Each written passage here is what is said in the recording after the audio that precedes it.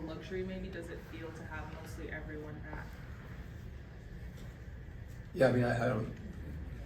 When you mention your starting small forward and your primary defender, I wouldn't say we're relatively healthy. I say but I that's my job, and I'm not objecting to that too much. We have Jalen back, and that matters a lot. But it doesn't change. It doesn't change a lot of what we need to do. We want to get everybody back, and I think that'll happen at some point. But I don't want. Having said that, I guess I don't want us to focus on being healthy or not healthy. Having one guy out, two guys out, that's a reality. But I don't think we're best served by, if we get everybody healthy, we still have to play the right way. And that to me is the most important thing. De'Aaron Fox has gone from about 25 points a game over the last 3 years to 30 this year. What have you seen preparing for this game, his game, compared to the recent years? I think sometimes people add certain things to their game, and you can point to one thing to say this player is doing this where they didn't use. I think, at least we're not around it all the time. You're watching film and the statistics, obviously, but to me, he's someone that's continued to get better, and in every capacity. I couldn't reel off all his statistical numbers, but watching him play, he's just maturing as a player, and it's clear that every summer, guys that work find ways to get better. And sometimes, like I said, it's something significant. Other times, it's just improvement, confidence in a number of different areas, which has the same impact. It's just not as readily apparent until you look at 30.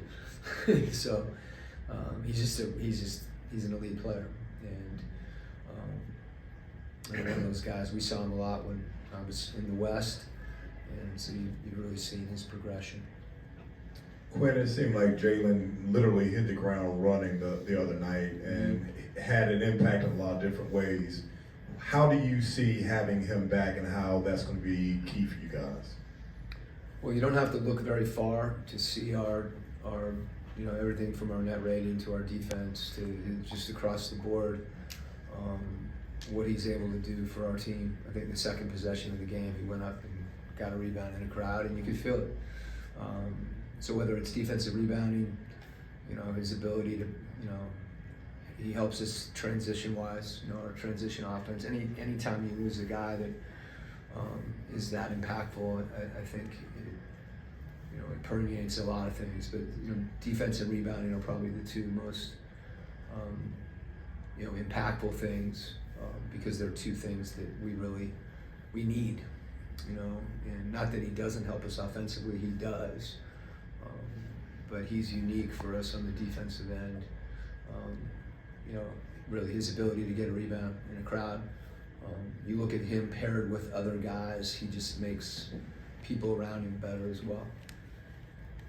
Seems like Sacramento prioritizes the three-point line on both ends of the floor. They're top 5 in attempts on offense, top 5 in attempts prevented on defense. How does that kind of affect your preparation and what you're looking to do? Well, you have to know where they are in transition. They shoot a lot of them in transition, and that's really, when you want your attempts up, being aggressive early in the clock is something that that's one way to get that, and they do that. I think the way that they play through Sabonis, particularly in the half court, allows a lot of those guys to space, and his ability to pass and find people and create. You've got guys that are snipers out there on the wing, so you have to find them. I think the biggest thing for us, sometimes it may not feel like Trey or Bogey contesting on Keegan, and whatever the case is. Those things matter, even if we don't have, it's your size disparity, it still matters when you have multiple efforts and contest, and that to me is the key thing for us guarding. Like, obviously trying to limit the attempts, but when there are attempts, trying to make sure they're contested. And then, you know, as far as, you know, our offensive end, I think we are shooting more threes. I think, and that has been, it's really the emphasis for us is spacing and quick, good decisions. You know, if you're open, shoot it. If you're not, pass it. And if they close out on you, drive it. So it's not so much we're going to jack it up as it is get spaced. And if you're spaced properly and we're moving the ball, you're going to have those shots. So my point is that I think we need to continue to try to play the same way. And, you know, whatever number of threes that generates, to me, the key thing is to don't catch it, not shoot it, and hold it. You know, and the game will kind of dictate what's available for you. Can you speak to He's kind of, you know, it seems like he's always been a terrific three-point shooter. Mhm. Loved him in Sac, but it feels like this year he's kind of taken a step in his role with you guys. Can you speak to kind of what has brought that about and what you're seeing? Yeah, I'm proud of the way that he's embraced that. We've wanted him to be more aggressive. I think part of it is his willingness to shoot the ball.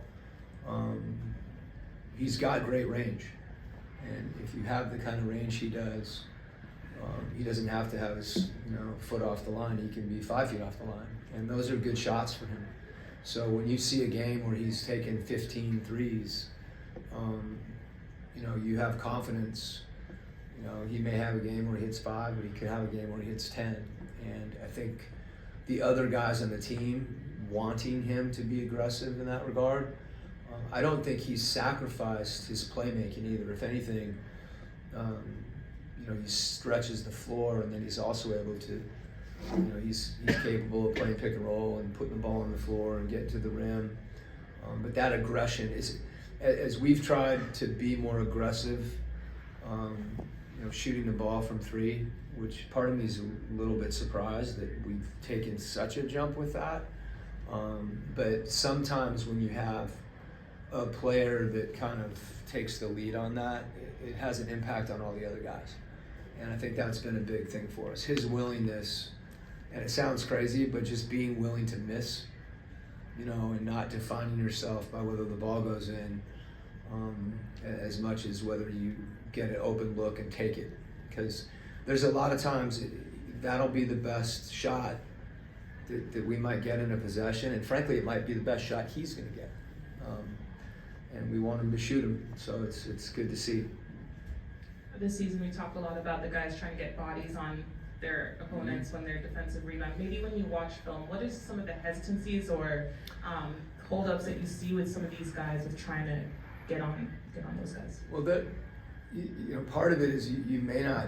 If Trey's trying to block out Drummond on the block, that's going to be hard. So you have to.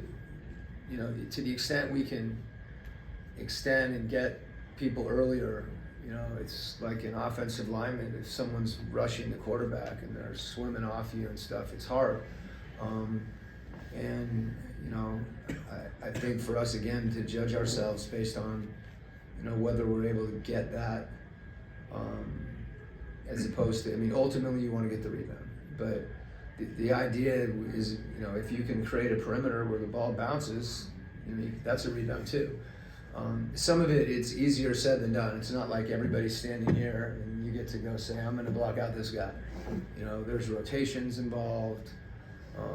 You have to help, and then people have to sink. So it's really the extension of a defensive possession, to close the possession. So I think it's reflective both of our awareness, where you just got to continue to make it, important, and then it's also reflective of being in the right place. You can see someone come over and help and maybe take a charge, but then if you don't get that play, there's something else you have to do. And it's the same thing relative to contesting shots. If I go out and contest a shot, I'm not going to be as involved in the defensive glass. So it's a collective thing. We just, more than anything, you want to continue to develop a will to do that. Thanks, Coach. Okay.